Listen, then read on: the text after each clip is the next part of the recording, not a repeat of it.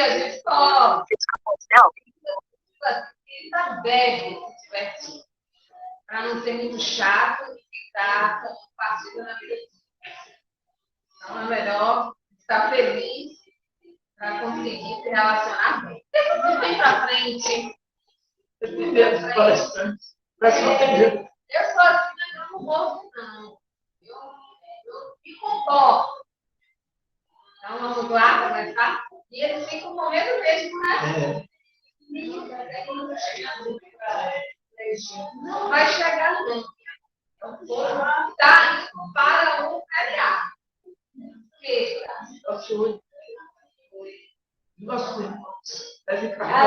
Olha a desculpa de espírita.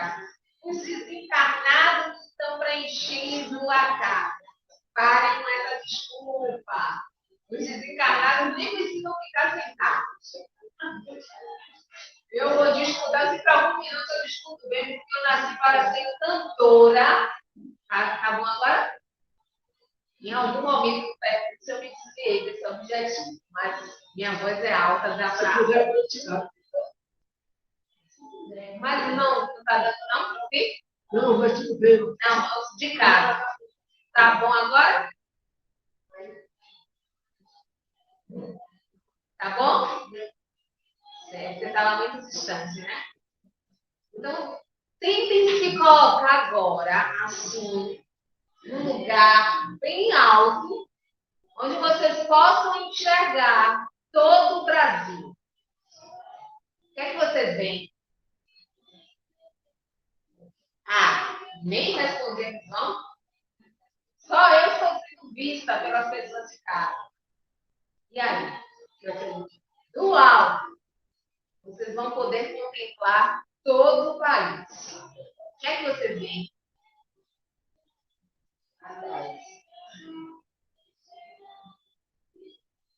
E aí? Muita coisa pode ser até nada. Oi? Tá? Então, o que é que você vê? Me diga aí.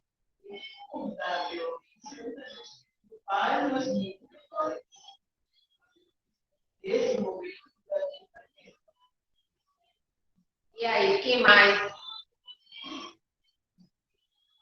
Acredito, vocês vieram para cá de cima para quê? Só para me ver? País cheio de desigualdade, destruição das nossas florestas, contaminação dos nossos rios. Isso aí é o maior impacto.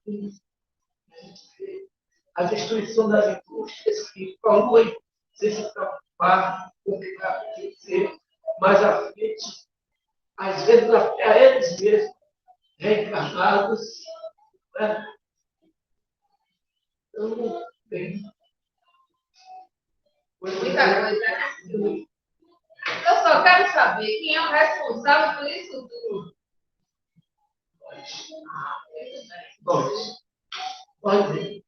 Então, temos vivido tempos difíceis, né? Da gente ficar olhando e contemplando todo um país que é lindo, mas que existem sim desigualdades, e essas desigualdades, a gente estudando o Espiritismo, a gente sabe que é responsabilidade nossa. A desigualdade social é responsabilidade nossa. Toda essa destruição também tem sim responsabilidade nossa. Tempos difíceis, com fome, com desemprego, com corrupção, tudo que há de mais difícil, mais duro, mais sofrido e mais cruel.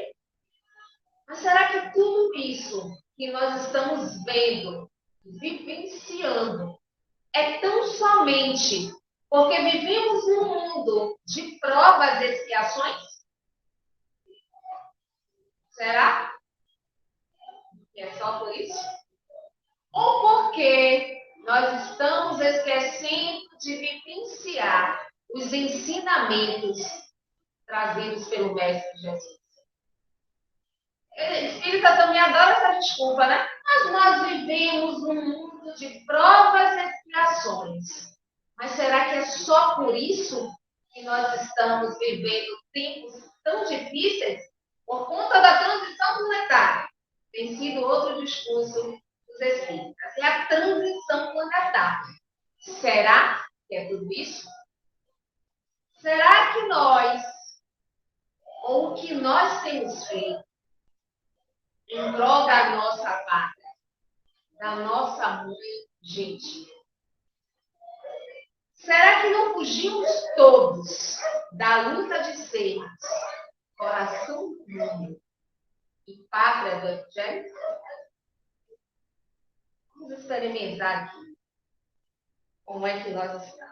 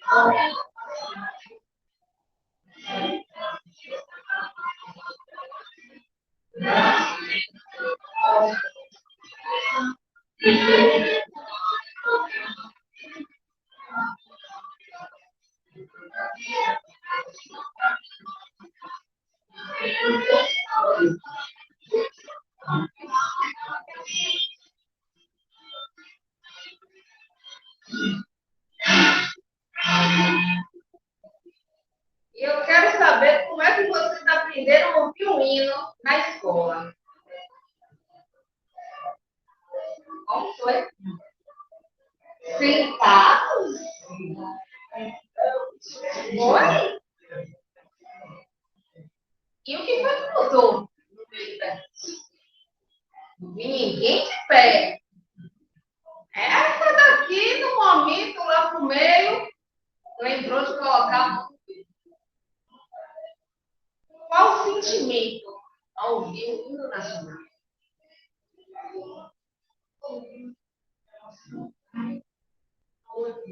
Diga, meu amor.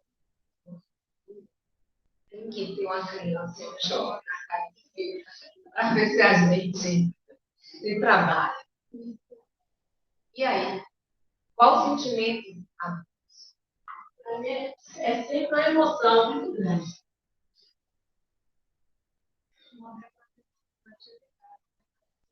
É o quê?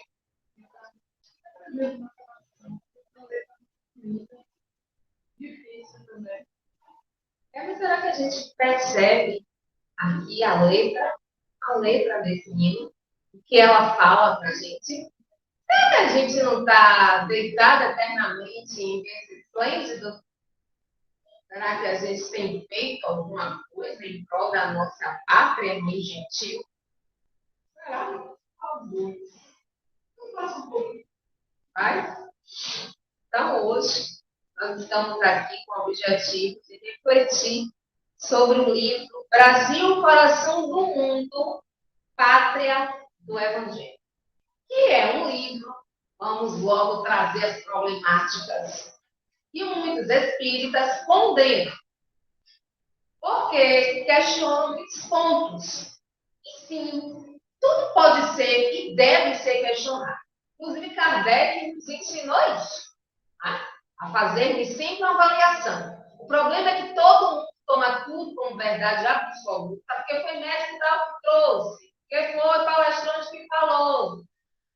Pode até ser aquele médium que é bem envolvido com a proposta do Cristo, mas não é perfeito. Esqueçam essa perfeição aqui na Terra. Esse é o grande problema da maioria dos espíritas. Tem focado em perfeição. Não estamos nessa condição evolutiva ainda de perfeição. Então, é muito questionado esse livro, porque traz pontos que são questionados. Aí eu vou ser bem redundante, né? Como a questão de estar colocando os portugueses como um povo pobre e trabalhador. Tá? Esse ponto, realmente, não é bem assim, não. Tá? E questionam muitos espíritas esse fato de trazer, de colocar espíritos como Tiradentes e Dom Pedro como espíritos luminosos. Na verdade, isso não é colocado. E aí, quando a gente for mais para frente, a gente vai entender.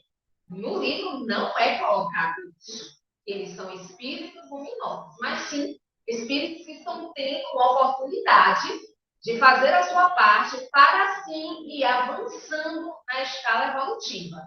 Ninguém disse que, não fica claro que, nem nunca foi a proposta da espiritualidade benfeitora tornar ninguém espírito puro só porque vem e faz alguma coisa. A caminhada evolutiva não é assim. Então, Kardec, ele nos traz lá no livro dos Espíritos a escala espírita para a gente ter uma noção básica sobre esse processo evolutivo. O problema é que tem muita gente achando, e é por achismo, que só porque você fez alguma coisa, aí vamos trazer agora para a nossa vivência, né, de movimento espírita, coordena uma atividade, dirige uma casa, faz palestra, nossa, fulano já é evoluído. O suficiente a ponto de não necessitar mais reencarnar. Se a gente ainda não atingir uma perfeição, a gente vai precisar reencarnar. Possa ser que não necessariamente aqui na Terra, ainda enquanto mundo de provas e expiações, mas há muitas moradas na casa de meu pai. Tem muita gente se prendendo só ao planeta Terra. Então, a gente precisa analisar esse livro, Brasil, Coração do Mundo, Pátria do Evangelho, no sentido mesmo de nos percebermos aqui enquanto habitantes desse planeta. Por isso eu fiz questão de trazer o hino nacional. Porque o hino, ele tem uma letra. A gente percebe muito isso em jogos, né? Em Copa do Mundo. Porque Copa do Mundo é o hino de cada país. E como a gente percebe quantos brasileiros estão deixando a desejar em respeito à sua pátria? O jogador não conhece a letra do hino, não se posiciona com respeito, coisa que a gente não vê com outros jogadores de outros países. Então, falar de um livro e trazer um hino nacional é nos fazer pensar sobre a nossa caminhada enquanto habitantes daqui. O que é que a gente veio fazer aqui? E fato, aqui nesse país, não tem ninguém maravilhoso, não. Não tem no planeta Terra. Porque não tem nenhum espírito perfeito aqui no planeta Terra. Pode vir, sim, espíritos que estejam bem à frente de nós. Eu estou colocando nós assim, mas especificamente nós aqui. Tá? Claro, tem espíritos que vêm em grande missão. Mas não tem espírito puro aqui, não. Aqui é um mundo de provas e expiações. É um mundo onde tem espíritos que necessitam reajustar a sua caminhada. E o que é trazido nesse livro é que aqui, nesse país, foi juntado aquele povo que tem muito ainda a reajustar. E nós estamos tendo uma grande oportunidade. Não que habitantes de outros países não tenham também as suas necessidades evolutivas. Mas a gente precisa aprender a se prender ao que nós estamos vivenciando. Porque se a gente foge para o outro, a gente se perde a nossa proposta evolutiva. Então, a gente vai refletir sobre esses pontos aqui. Como entender o Brasil como pátria do Evangelho em meio a tanta corrupção? Será que já compreendemos mesmo qual foi a proposta do Cristo em transferir a árvore do Evangelho para esse país? E que fique muito claro, da mesma forma que ele retirou de Jerusalém e trouxe para aqui, também pode retirar aqui, levar para qualquer outro lugar. Porque a árvore do Evangelho não pode ficar apenas presa no lugar. Talvez seja esse ponto também que muitos espíritas estejam se perdendo. Ah, mas por que o Brasil? Porque a árvore do Evangelho foi transportada para cá. Como se transportar a árvore do Evangelho fosse, assim, uma coisa que nos colocasse numa função suprema. E não é isso. Está faltando muita interpretação. Mas também lá, muitos de nós não conseguem nem interpretar o que o Mestre Jesus trouxe. Por que saberíamos interpretar tão bem o que espíritos que, assim como nós, trazem as suas matérias? Que a gente tenha uma lucidez para tirar proveito, algum proveito do que nos diz. Porque a gente aprende também no Espiritismo que até aqueles irmãos que querem a desordem, eles estão nos ensinando algo. Não é assim que a gente aprende? Ou não? E agora o que é a tese? Não é assim, não, que a gente aprende? Tudo é aprendizado. Então, de tudo, a gente precisa tirar uma lição. E aí vamos entender. Por que coração do mundo? Por que será que teve essa proposta de ser o Brasil coração do mundo? E aí? Vocês vieram para cá, em pleno feriado prolongado, e vão dormir? E aí? Ninguém está ouvindo vocês de casa. Só eu. Ouvindo e vendo. Por que será coração do mundo? Tudo em abundância. Inclusive, a diversidade grande de religiões que em outros países não existe. Aí vamos lembrar Ismael, que nos diz no livro, é a terra da promissão, a terra de todos, a terra da fraternidade. Sim, vivemos dias difíceis, vivemos dias de extrema crueldade, onde pessoas são desrespeitadas pela sua orientação sexual, pela sua identidade de gênero, pela cor da pele, pelo poder aquisitivo, pelo conhecimento didático, pelo time que torce, pelo estilo musical, por qualquer coisa, por mais banal que seja. Mas, ainda assim, nós percebemos grande fraternidade no nosso país. Porque pessoas conseguem se emanar no momento de dor, no momento de desespero, onde a gente consegue viver um país laico, por mais desrespeito que exista às religiões, por mais que ainda vivenciamos a intolerância religiosa, mas ainda assim existem várias religiões. Olha aqui, nós estamos no centro espírita e temos um culto evangélico aí bem perto de nós.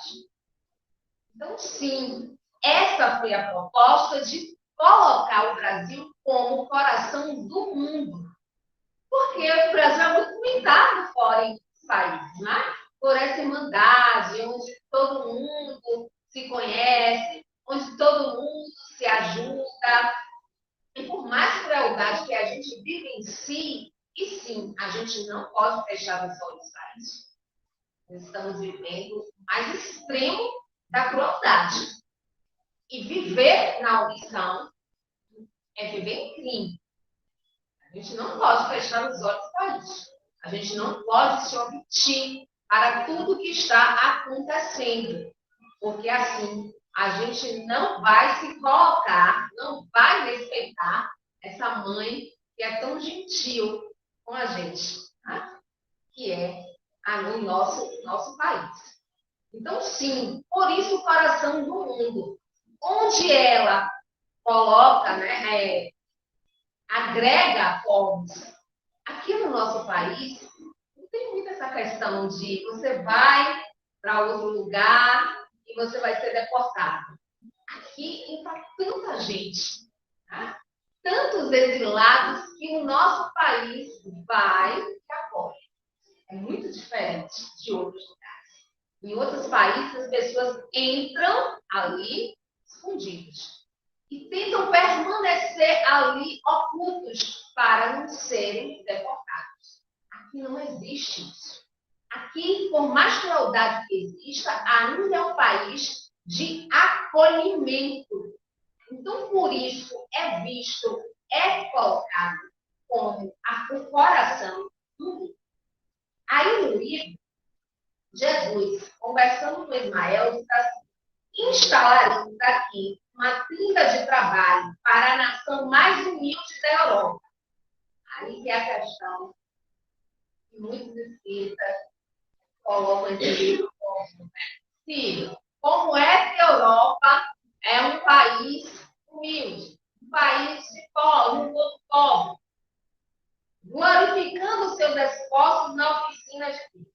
Aproveitaremos o elemento simples de bondade, o coração fraternal dos habitantes destas terras novas e, mais tarde, ordenarei a reencarnação de muitos espíritos já purificados, o sentimento da humildade e da mansidão entre as raças oprimidas e sofredores das regiões africanas, para formarmos um pedestal de solidariedade do povo fraterno que aqui florescerá no futuro, a fim de exaltar o meu evangelho nos séculos gloriosos do porvir.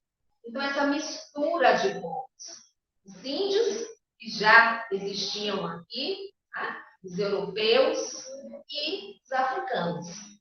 Para que houvesse essa mistura, para que a gente pudesse conviver com as diferenças. Porque em outros países não é assim que acontece. Tá? Então, aqui a gente tem essa diversidade de povos, para que a gente pudesse aprender a conviver com as diferenças. Porque para viver o Evangelho do Cristo, a gente precisa aprender a conviver com as diferenças. Não foi o que o Mestre Jesus sempre mostrou? A necessidade de conviver com as diferenças. A gente já viu a partir dos discípulos, né? Os 12 homens que ele trouxe, que ele escolheu para estar ali seguindo junto com ele. Pessoas totalmente diferentes. Assim como ele trouxe para perto dele também as mulheres, para mostrar que mulher, ela deve ser vista e ouvida, ela deve ser valorizada. Então, o mestre já naquele tempo mostrou a necessidade de aprendermos a conviver com as diferenças. Então, ele, para trazer a árvore do evangelho dele, ele precisava dar essa misturada para que as pessoas compreendessem a necessidade de enxergar o outro como diferente, mas você está vivendo ali com ele o tempo todo. Ele é diferente de você e você precisa aprender a conviver com isso. Então, a vida, ela nos impõe isso. Olha, é diferente de você. A cor da pele, o nível social, o conhecimento, na orientação sexual, na identidade de gênero, no time que toca, no estilo musical. Então, o tempo todo, nós estamos convivendo com essas diferenças para que a gente possa aprender a conviver. Então, esse momento aqui, no dia de hoje, a gente está tendo também essa oportunidade de aprender a conviver com as diferenças. Nós somos espíritas, mas está tendo um culto evangélico. E que talvez a gente pense assim, nossa, vai atrapalhar o nosso trabalho. Será que alguém pensou assim? Não é? Só que eles não estão aqui dentro. Eles estão lá, no tempo deles. Então, a gente precisa aprender a conviver com essas diferenças. Saber que estamos juntos, lado a lado, mas que nós somos diferentes. E a gente precisa encarar isso. Como enxergar o Brasil como pátria do Evangelho em meio a tanta corrupção? É o que muitos se questionam. E aí dizem assim, como é que vai ser pátria do Evangelho aqui nesse país? Onde só tem, tornou-se uma cultura do nosso país. E desde sempre, essa corrupção na política. Se a gente for estudar a história da política no nosso país, isso aí sempre foi comum. Essa corrupção é tanto que Bezerra de Menezes, ele desistiu, porque ele foi político, ele desistiu por conta da corrupção. Então, como é o que muitos questionam? Como é que vai ser pátria do Evangelho aqui, esse lugar que só tem corrupção? Aí a gente vai de novo para o livro para entender qual é a proposta. Para esta terra maravilhosa e bendita, será transplantada a árvore do meu evangelho de piedade e de amor. O seu solo dadivoso e fertilíssimo, todos os povos da terra aprenderão a lei da fraternidade universal. Sob este céu serão entoados os hosanas mais ternos à misericórdia do Pai Celestial. É claro que a proposta do Cristo era que todos fossem atingidos. Mas é claro que o Cristo sabe que não atingiria a todos. É claro. Porque desde aquele tempo que ele esteve aqui entre nós, ele não conseguiu atingir tudo. Porque nem todo mundo está pronto. Mas o trabalho é de levar para todos, mesmo sabendo que não vamos atingir a todos. Se a gente está no trabalho na casa espírita, e a gente precisa trabalhar sem essa pretensão, que existe em muitos de nós, e vamos atingir a todos. Isso em trabalho mediúnico, então, é a coisa mais comum. Que em questão de minutos, e às vezes de segundos, pronto. Aquele espírito ali, ele vai deixar de ser um obsessor. Isso é pretensão, gente. Porque ele já está ali enraizado naquele ódio, naquele rancor, a resistências e mais resistências. Então, é muita pretensão nossa acreditar que nós vamos atingir a todo mundo que entrou aqui na casa espírita. Ou no corpo físico ou fora do corpo físico. Mas a gente não pode deixar de fazer o trabalho pensando em todos. No objetivo de jogar a semente. O Mestre Jesus, ele jogou a semente em todos os solos. Não foi o que ele nos ensinou com a parábola do semeador? Que a gente também saísse a semear, jogando a semente em todos os solos. Porque um dia, esses solos iriam se tornar férteis. Então, Ainda no livro, ele continua dizendo: as injunções políticas terão nela atividades secundárias, porque, acima de todas as coisas, em seu solo santificado e exuberante, estará o sinal da fraternidade universal, unindo todos os espíritos. A questão de ser pátria do Evangelho não significa que seriam aqui espíritos todos evoluídos, ou que estaria focando na política. Portanto, não há problema nenhum em existir corrupção na política. Porque a política aqui, para ser pátria do Evangelho, é questão secundária.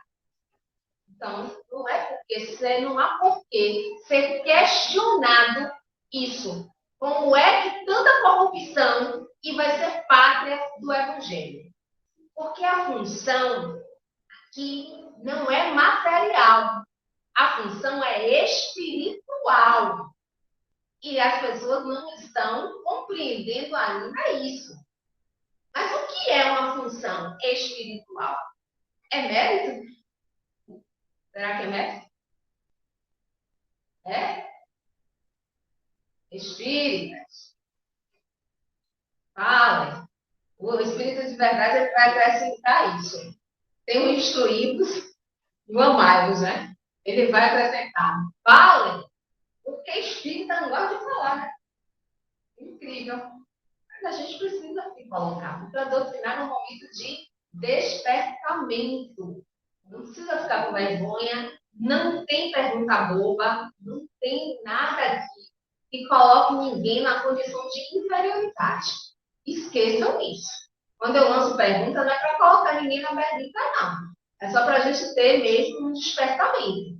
Então, talvez muitos critiquem o livro, questionem o livro, porque entendem que ser pátria do Evangelho seria uma missão grandiosa. Ou seja, dado a espíritos grandiosos. Então, por isso se coloca em xeque. Como é que vai ser pátria do Evangelho se tem tanta corrupção? Mas a questão é espiritual, gente. Nós estamos aqui para nos redimir. Nós estamos aqui para nos melhorarmos, vivendo nessas diferenças, para que a gente consiga ser solidário, para que a gente consiga ser fraterno, para que no momento, ou pelo menos no momento de dor suprema do outro, a gente consiga estender a mão, a gente consiga vivenciar o Evangelho do Cristo. Então, esqueçamos essa função material. Então, está aqui a pátria do Evangelho, porque existem espíritos evoluídos, e esses espíritos evoluídos estão aqui para colaborar com todo o universo. Não é isso, não. Essa função espiritual não é mérito. Nós não estamos aqui porque nós somos maravilhosos, não. Nós estamos aqui porque nós precisamos nos melhorar. E a gente precisa enxergar essa dor, a dor em nós e a dor no outro, para que a gente se melhore. Olha a nossa escolha ainda. A gente precisa vivenciar a dor para entender que a lei divina precisa ser exercida. Porque quando a gente faz a parte que nos cabe na lei divina, a gente não experimenta mais tanta dor e sofrimento. Ou melhor, a gente pode viver a dor sem sentir o sofrimento. A obra de restauração moral. Nós estamos aqui, não é porque nós somos maravilhosos. Ele vai transportar Jerusalém para o Brasil, porque aqui só vai ter espírito maravilhoso. Não. Aqui vai ter espíritos altamente endividados. E que estarão aqui vivendo nessa diversidade para que consigam se melhorar. Todos os dias, o dia todo, nós temos essa oportunidade de nos melhorarmos. Aí, com esse planejamento de trazer a árvore do Evangelho para aqui, foram sendo selecionados os espíritos que iriam contribuir, os espíritos que teriam a necessidade de estar aqui para poder se melhorar. E aí é colocado, é trazido aqui nesse livro, dois espíritos que vieram contribuir. E é outro questionamento que muitos espíritas trazem nesse livro aqui. Lembram quais são esses dois espíritos que são trazidos nesse livro? Vamos ver se esse povo lê esse livro. E aí, estão ligando para dizer que são os espíritos. Alguém lembra quem são os espíritos que vieram com a proposta de colaborar? Esses dois espíritos não são espíritos puros, não. Nem são espíritos evoluídos, que já estavam na segunda ordem. Não, nunca foi colocado isso. Mas sim a proposta de colaborar. Como todos nós também estamos com a proposta de colaborar uns com os outros. Então, veio Tiradentes, que foi um inquisidor em outra existência. E veio Dom Pedro, que foi Longinos, aquele que deu a última lançada no Mestre Jesus. Mas vocês conhecem a história de Longinos? Conhecem? Parece que ele fez por maldade, né? Muitos entendem que ele fez por maldade. Não foi. Ele não fez aquilo por maldade. Ele fez por piedade. Eles tinham um problema ocular. E ele ouviu os outros soldados dizerem que tinha que quebrar os joelhos. Por quê? Se fosse de fato o Messias, os ossos não seriam quebrados. E para também não atrapalhar ali a Páscoa, que era aquele dia sagrado, né, para os judeus. E aí, quando ele ouviu isso, ele se condoeu, horrorizado. Pudesse fazer isso. E aí, o que ele fez? Para comprovar que estava morto, ele enfiou a espada em Jesus. Espirrou o sangue, caiu nos olhos dele de Longinos e ele ficou curado. Problema ocular. Aí ninguém procura, né, conhecer a história, como também talvez muitos não saibam a história, a proposta de Judas. E até hoje muitos malham Judas. E não é só na Igreja Católica, não. Muitos espíritas condenam Judas, que já está na condição de espírito puro. Então ele teve a proposta de salvar o povo judeu. E ele entendia que se Jesus era Jesus, o enviado, no momento que ele fosse preso, ele iria fazer alguma coisa e iria resolver. Mas não aconteceu. Tá? Então, nós precisamos conhecer não só o texto, mas também o contexto. Nunca foi falado que Tiradentes, que foi o inquisidor, e Dom Pedro II, que foi soldado Longinos, eles já estavam na condição de espírito. Não. Eles vieram com a proposta de colaborar para que eles pudessem ir evoluindo e não alçar planos superiores. Não foi essa a proposta. Então, Tiradentes, ele veio trazer, né, a ideia de libertação com a Inconfidência Mineira. Então, ele veio trazer essa ideia de libertação que já ia ajudar na libertação do Brasil. Então, as coisas no universo são interligadas. Às vezes a gente pensa que está tudo solto porque uma coisa aconteceu em uma década, outra coisa aconteceu em outra. Tá? Mas nas leis de Deus, tudo está interligado. Então, ele veio trazer essa ideia de libertação. E Dom Pedro II, que foi Longinos, e não estava na condição de espírito puro, nem como Longinos, nem como Dom Pedro II, assim como Tiradentes não estava na condição de espírito puro, nem quando foi inquisidor, é claro. Então, Dom Pedro II ele veio com essa proposta, ele encarnou com Dom Pedro II, Longinos, uma proposta de ajudar no Brasil. Então, ele era muito preparado, né? Tinha muito conhecimento.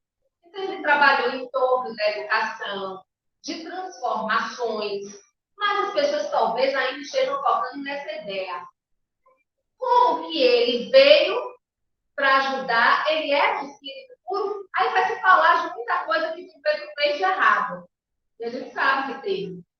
Mas não foi colocado aqui no livro a ideia de que ele era um espírito puro, não. Mas sim um espírito que veio colaborar para que ele pudesse ir evoluindo. Não é que a gente aprende a discutir? Que a gente precisa fazer alguma coisa para a gente sair da condição em que a gente está? Porque a gente só vai fazer parte do mundo de regeneração quando a gente se regenerar, não é? Mas a gente precisa se regenerar quando? Questão também. Quando é que a gente precisa se regenerar? Agora. Ou então eu não vou estar apta a estar no mundo de regeneração. Então eu preciso fazer alguma coisa para ir avançando na escala evolutiva. Então, espíritos foram trazidos com a proposta de colaborar para que assim evoluísse. Não é barganha. Isso não é barganha. Porque Deus não barganha com ninguém. Isso é evolução. Para você evoluir, você precisa fazer alguma coisa. Não é assim?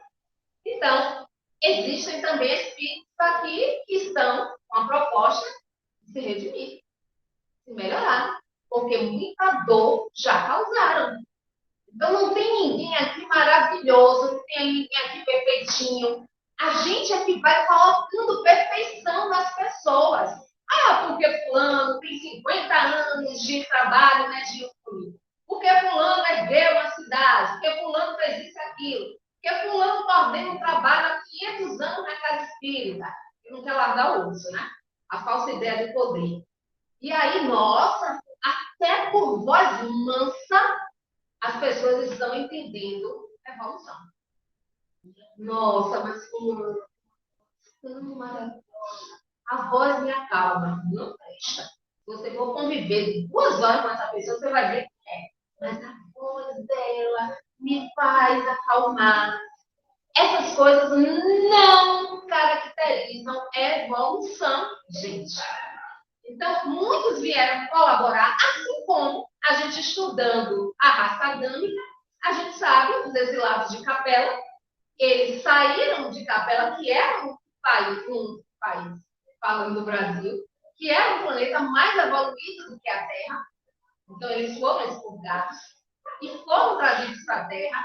E aí muitos de nós podem entender tão somente como punição, até porque Deus não. Mas está lá no livro dos Espíritos. A palavra que Kardec encontrou lá naquele tempo, punição. Mas a gente sabe que Deus não pune. Sabe? Sabe? Porque Deus é amor. Ele não ama, ele é o próprio amor. Então, eles foram trazidos não só porque eles erraram lá, eles não estavam fazendo o que precisavam ser feito. Eles foram trazidos aqui para a Terra para colaborar com o processo de transição que estava ocorrendo. E é deixar de ser um mundo primitivo para se tornar um mundo de provas e expiações. Então, Deus, que é amor, justiça e misericórdia, e Ele nos criou para a perfeição, só que sozinho também a gente não vai dar conta. Então, Ele vai estar sempre enviando espíritos para colaborar. Não é para fazer coisas. Porque nem Jesus, na condição de espírito puro, veio fazer por nós. Porque ainda se trabalha nessa ideia. Não é só a Igreja Católica, não, viu? Que Jesus veio salvar. Tem muitos espíritas que também acreditam aí nessa teoria. Que é infundada. Porque se ele tivesse vindo salvar, ele teria falhado. A gente continua daquele jeito. Não é? Então, não é essa a proposta. Não enxergue esses espíritos que são colocados como espíritos puros, não. E aí vai existir essa contradição, na cabeça de muitos essa contradição. Como é que é pátria do Evangelho? Como é que Tiradentes, que não era nenhum perfeitinho, nem Dom Pedro II era nenhum perfeitinho, e eles estão aqui como pátria do Evangelho? Mas eles não foram colocados como espíritos puros. Quem está dando essa pureza são muitos de nós. Assim como também tem dado pureza a muitos palestrantes, dirigentes de casas espíritas, e mais, e mais, e mais, e mais. Aí essa perfeição está correndo por nossa conta. Não pela conta de Deus. Então, Ismael também teve essa hora. E foi ele que percebeu o Brasil e falou com o Mestre Jesus. Porque Ismael é um guia espiritual do nosso país. Então, ele falou com o Mestre Jesus. E Jesus disse assim para ele: Ismael, manda o meu coração que doravante seja o zelador dos patrimônios imortais que constituem a terra do possível. Recebe nos teus braços de trabalhador dedicado da minha seara, como a recebido o coração, obedecendo as sagradas inspirações do nosso Pai. Reúne as incansáveis falanges do infinito, que cooperam nos ideais sacrossantos da minha doutrina e inicia desde já a construção da pátria do meu ensinamento. Sabe o que eu acho interessante? É que muita gente questiona esse livro e não faz a tradução correta. Tá? É se prender a essa questão de, colocou o Brasil no coração dos pátria do Evangelho, então esse Brasil, esse país aqui é um lugar sagrado. Trazer a coisa do Evangelho não é ter esse local como sagrado. Porque Jerusalém, quem consagrou Jerusalém não foi Jesus, foi o povo. Então, não é isso, colocar como lugar sagrado. Questiono isso. Mas na pandemia, teve até comunicação de Ismael. Muitos não questionaram. Vocês receberam a carta de Ismael na pandemia? Como também teve vacina de Bezerra. E muitos espíritas acreditaram. Isso que para mim é muito interessante. Então tem coisas acontecendo aqui e agora e que muita gente está tomando como verdade. Por quê? Porque não faz a interpretação correta. Quem é que está em condição de receber diretamente ou até através de outros enviados uma comunicação de Ismael? Sendo ele o guia espiritual do Brasil. Então, gente, os absurdos somos nós que estamos criando. E aí a gente está responsabilizando a espiritualidade benfeitora. Então, Ismael, ele teve essa proposta, tá? De ser o guia espiritual do nosso país, de estar observando tudo o que está acontecendo, para que, de fato, essa árvore do Evangelho permaneça aqui, não porque somos maravilhosos, perfeitos, mas para que a gente vá colocando em prática os ensinamentos do Mestre Jesus, para que a gente possa ir se melhorando e colaborando com todos que estão no nosso caminho. Aí a gente precisa refletir nisso aqui. E nós, espíritas, qual a nossa participação nessa obra de restauração moral? Porque a restauração não é física, é moral. Qual tem sido a nossa contribuição? Aí, a avaliação tem que ser individual, para não ficar avaliando o outro, porque espírita também adora avaliar o outro, né? Nós somos juízes de nós mesmos. A gente já parou para analisar isso individualmente. Qual tem sido a minha colaboração para que exista essa restauração moral nesse país? Eu tenho de fato colaborado? Aí Ismael disse assim no livro: a missão dos espíritas do Brasil é divulgar o Evangelho em espírito e verdade. Os que quiserem cumprir o dever a que se obrigaram antes de nascer, deverão, pois, reunir-se debaixo deste palio trinitário, bandeira, Deus, Cristo e caridade.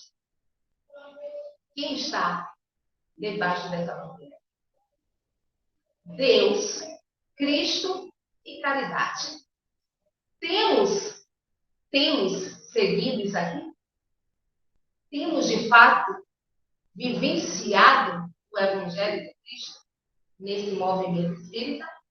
Porque antes de estar aqui, lá em casa, que é o plano espiritual, a gente se propôs a estar no movimento espírita, para colaborar com a obra do Cristo. Não foi para ficar em evidência, não, como a maioria de nós está querendo ficar, mas sim para fazer alguma coisa, para ser cristão. E cristão é quem segue Cristo, para viver a pátria do Evangelho, para de fato sermos coração do mundo. Será que a gente tem feito a nossa parte? Aí a gente lembra que no livro é colocado o Espiritismo no Brasil, que começou com Bezerra de Menezes, que teve a missão dele. Também não era um espírito puro, não, gente. E muitos focam nessa ideia. Ele teve a missão de trazer o espiritismo aqui para o Brasil. E foi alertado, assim como Kardec foi alertado. E a missão traria para ele grandes problemas. E que se ele não cumprisse a missão, outro faria no lugar dele. A mesma coisa foi passada para Bezerra de Menezes, deixando muito claro que ele não era um espírito puro. Porque um espírito puro não precisaria desse aviso. Não precisaria. Porque o espírito puro, ele não falha. Ah, mas Jesus, o mundo continua imperfeito, mas a proposta do Cristo não foi tornar o mundo perfeito. A proposta do Cristo foi trazer as leis de Deus. Ele trouxe. Implantou aí, jogou a semente. Processo evolutivo é pessoal e intransferível, é cada um fazendo a sua. Nós somos criados para a perfeição, mas essa perfeição que vai conquistando somos nós. Então, ele teve a missão de trazer o espiritismo para o Brasil. Ele realizou a missão dele. Se ele não tivesse realizado, outro faria no lugar dele. Foi muito claro, tanto para Kardec quanto para Bezerra de Menezes. Se você não fizer, outro vai fazer. Agora, a grande maioria de nós espíritas, se eu não continuar o trabalho vai morrer. Vai não. Porque se o trabalho tiver que continuar, outros virão. É fato. Porque outros vieram antes de nós. Então, a gente não pode viver nessa ilusão de que se eu não estiver, o trabalho não acontece. Se eu não viesse fazer a doutrinária, pronto, não iria ter o trabalho. Só se vocês não quisessem assumir. E ficassem naquela ideia, porque o que não falta é trabalhador da casa espírita aqui. Às vezes a gente liga, olha, está aqui no trânsito, talvez não dê tempo de chegar.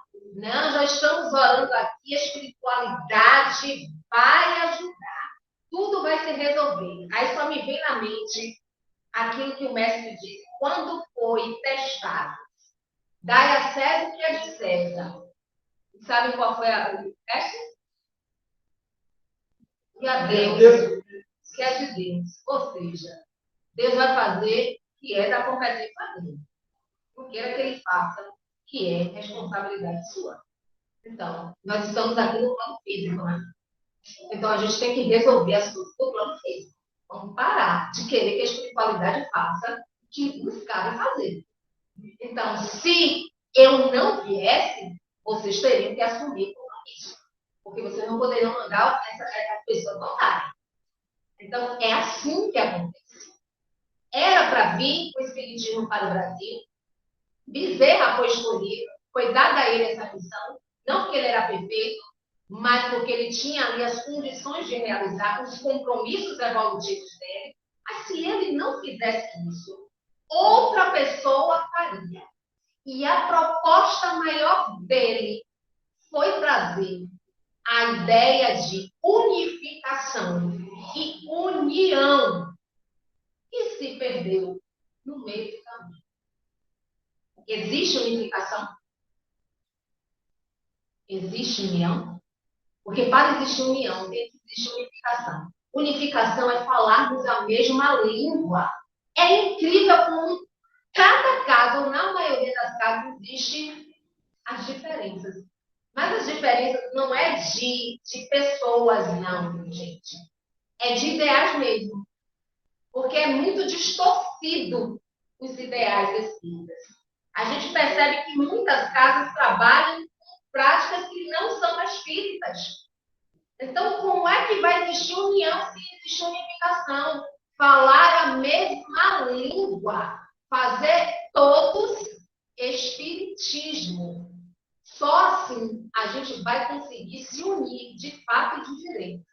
Porque a gente está voltado para o mesmo ideal, que é fazer espiritismo.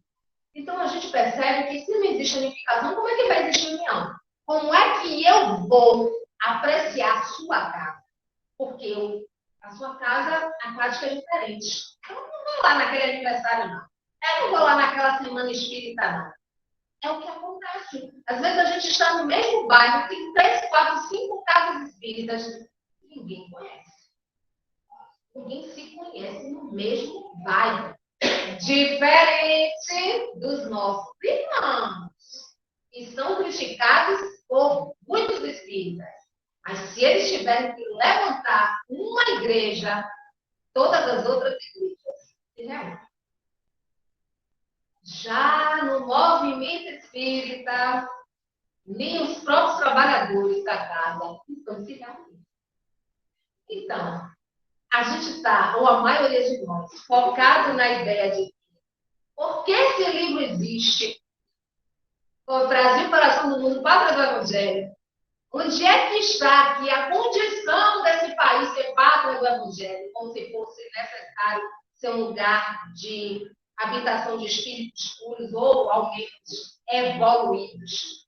Se a gente nem entende ainda, a maioria de nós, qual é a proposta do Espiritismo? Que haja unificação para que exista, de fato, a união. Então, o momento é de repensar essa nossa vida. Se nós, de fato, estamos conseguindo abraçar outros povos. Se, de fato, nós estamos conseguindo ser solidários e fraternos. Para que a gente seja, de fato, o coração. O objetivo é que a gente perceba se nós estamos seguindo os ensinamentos do Cristo. Porque assim é que a gente constitui a pátria do Evangelho. Não é ser perfeito, não. É seguir o Cristo. Para um dia a gente conseguir ser perfeito. E aí a gente vai finalizando, refletindo. Qual a sua participação na pátria do Evangelho? Essa pergunta é para cada um de nós. Individual.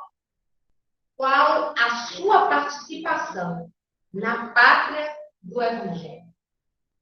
O que é que eu tenho feito com os ensinamentos do Mestre Jesus? Tenho, pelo menos, me esforçado em praticar, porque o esforço sofrido conta, viu? Porque tem gente deitada em berço sonho. E a espiritualidade está contando com o nosso esforço sofrido, porque vai dizer, coitada da criatura. É rebelde, é intolerante, mas ela não está se esforçando. Porque tem gente que não está. Tem gente que só está trabalhando na coisinha mansa. Tá? No conhecimento de trás para frente em japonês, que era Maiko. Pensando que assim vai alçar planos superiores. Não vai.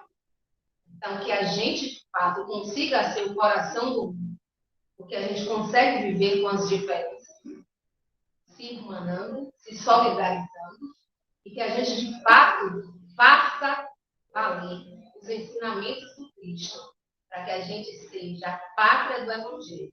Não torna ninguém perfeito, mas torna cristão. E a gente precisa aprender a ser cristão. E aí eu vou finalizar com a mensagem do Bezerra, que nos disse assim: filhas e filhos da alma, que Jesus nos abençoe. A união dos espíritas é a ação que não pode ser postergada, e a unificação é o laço de segurança dessa união. A união vitaliza os ideais dos trabalhadores, mas a unificação conduz com equilíbrio pelas trilhas do serviço. A união demonstra a excelência da qualidade da doutrina espírita nos corações, mas a unificação preserva essa qualidade para que passe à posteridade conforme recebemos do ínclito codificador. Em união somos felizes, Em unificação, estamos garantindo a preservação do movimento espírita aos desafios do futuro. Em união, teremos resistência para enfrentar o mal que existe em nós e aquele que cerca o nosso caminho, tentando impossibilitar-nos o avanço. Em unificação, estaremos consolidando as atividades que o futuro coroará de bênçãos. Em união, marcharemos ajudando reciprocamente. Em união, estaremos ampliando os horizontes da divulgação doutrinária em bases corretas e equilibradas. Com união, demonstraremos a nós mesmos que é possível amar sem exigir nada. Com unificação, colocaremos as ideias pessoais em planos secundários, objetivando a coletividade. Com união, construiremos o bem, belo e o nobre. Com unificação, traremos de volta o pensamento do codificador, preservando a unidade da doutrina e do movimento espírita. Com união entre os companheiros encarnados, tornaremos mais fácil o intercâmbio entre nós outros, os que precedem na viagem de volta, e eles que rumam pela estrada difícil. Com unificação, estaremos vivenciando o Evangelho de Jesus, quando o Mestre assevera: um só rebanho, um só pastor. Unidos como verdadeiros irmãos, estabeleceremos o laço de identificação com os propósitos dos mentores da humanidade que esperam a influência que o Espiritismo provocará à medida que seja conhecido e adotado nas áreas da ciência, das artes, do pensamento filosófico e das religiões. União para unificação, eu sinto, é o desafio do momento. Rogando a Jesus que nos abençoe e nos dê a sua paz. O servidor humilde e paternal de Senhor. A gente siga um pouquinho, pelo menos um pouquinho, do que dizer atrás, que já foi convidado a alçar esferas mais superiores. Mas por Maria, mas que ainda humildemente pediu para ficar. Porque enquanto tiver espíritos aqui em desarmonia, em dor, ele prefere ficar para colaborar. E quantos de nós, na ilusão de porque tem um conhecimentozinho, um títulozinho, já acredita que saindo daqui não vai precisar bem mais reencarnar, porque vai ficar sentado à direita de Deus. Que a gente reavalue a nossa caminhada e que a gente entenda que sim, a proposta aqui no Brasil, em qualquer lugar, é de fato sermos coração do mundo e pátria do Evangelho. E o Mestre, ele está em todos os lugares, ainda lançando a semente do bem, do amor, da humildade, da fraternidade, que a gente consiga ser luz a iluminar todos que estão no nosso caminho. É a única forma que a gente tem, de fato, de evoluir até o dia que a gente se torne espírito. Um beijo, um cheiro, bom feriado e até a próxima.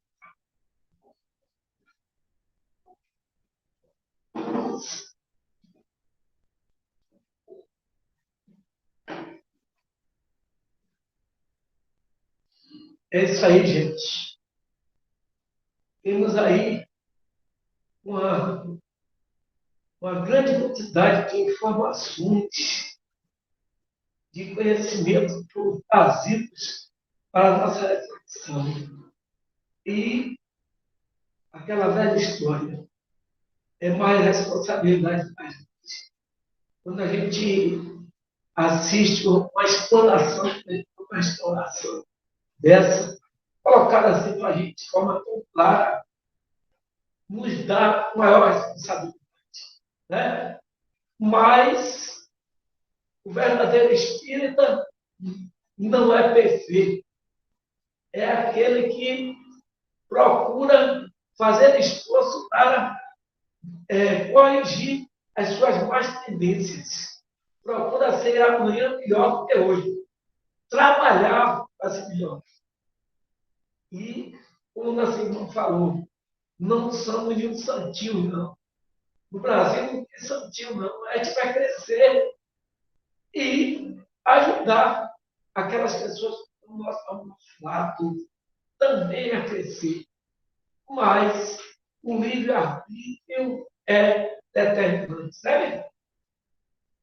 Aqui a gente lembra que livre-arbítrio é a capacidade de fazer escolha. Não é fazer o que a gente livre-arbítrio é isso. É escolha, é a capacidade de escolher.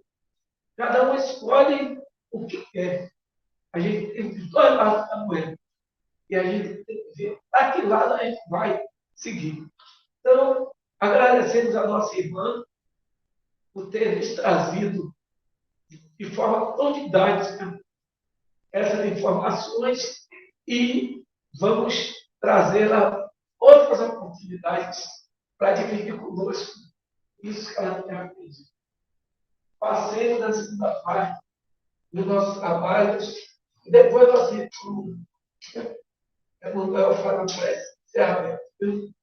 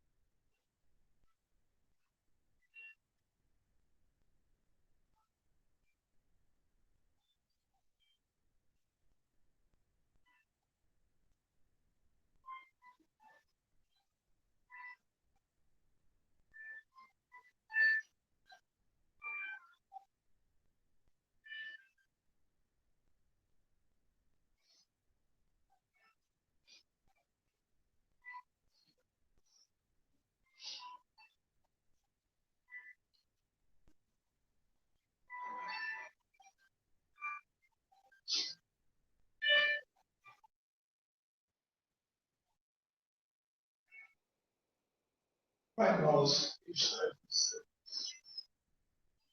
santificado seja o vosso nome. E a nós, o vosso reino, seja feita a tua vontade. O pão nosso de cada dia, dá-nos hoje, Senhor. Perdoai as nossas ofensas, assim como nós possamos perdoar a todos aqueles que são devedores. Não nos deixe, Pai, cair em novas tentações. Livra-nos, Senhor Jesus. Pai misericordioso, eis aqui, Senhor, agradecer por mais essa oportunidade,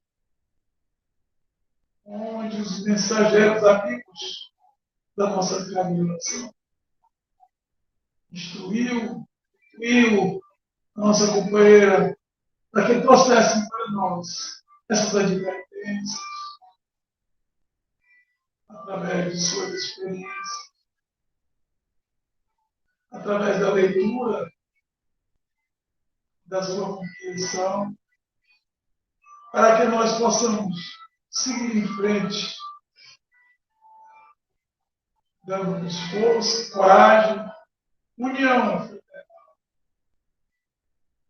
Somos responsáveis por fazer a nossa parte, por tornarmos o nosso Brasil pátria do Evangelho. Ó Mestre misericordioso, agradecemos a presença de todos e também aos Espíritos que vieram ouvir essas orientações, essas reflexões, para aguardar uma nova oportunidade da renovação do nosso Brasil. Assim sendo, Jesus, teu nome. Em nome da Mãe, a Mãe Celestial, damos por encerrado mais um encontro, mais um bate-papo, mais uma troca de conhecimentos da tua doutrina, da tua experiência. Deus nos abençoe, nos leve de volta aos nossos lares, hoje e agora sempre.